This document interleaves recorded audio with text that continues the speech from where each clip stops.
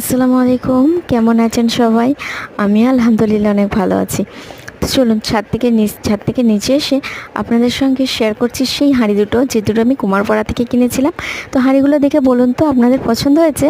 আমাকে কমেন্ট করে জানাবেন। আর এর সঙ্গে এই ছোট্ট ঘড়াটা, দুটো চায়ের খড়ি কিনেছি।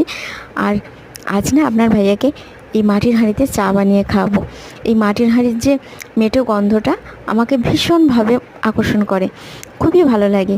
আর আমি যখন কলেজে পড়তাম, আব্বা আমাকে এইভাবে দুটো হাঁড়ি কিনে এনে দিয়েছিল। আর তার মধ্যে না মা আমাকে রান্না করে খাওয়াতো, এত ভালো লাগতো। চাটা কত সুন্দর কালার হয়েছে না?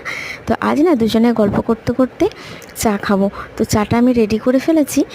আর দেখুন মাটির কাপ হাঁড়গুলোতেই চাটা কত না সুন্দর লাগছে। আর সেই সঙ্গে আপনাদের যদি আমার ভিডিওটা ভালো লাগে তো প্লিজ আমার চ্যানেলটাকে সাবস্ক্রাইব করবেন, একটা লাইক দেবেন। দেখা হচ্ছে পরে ব্লগে।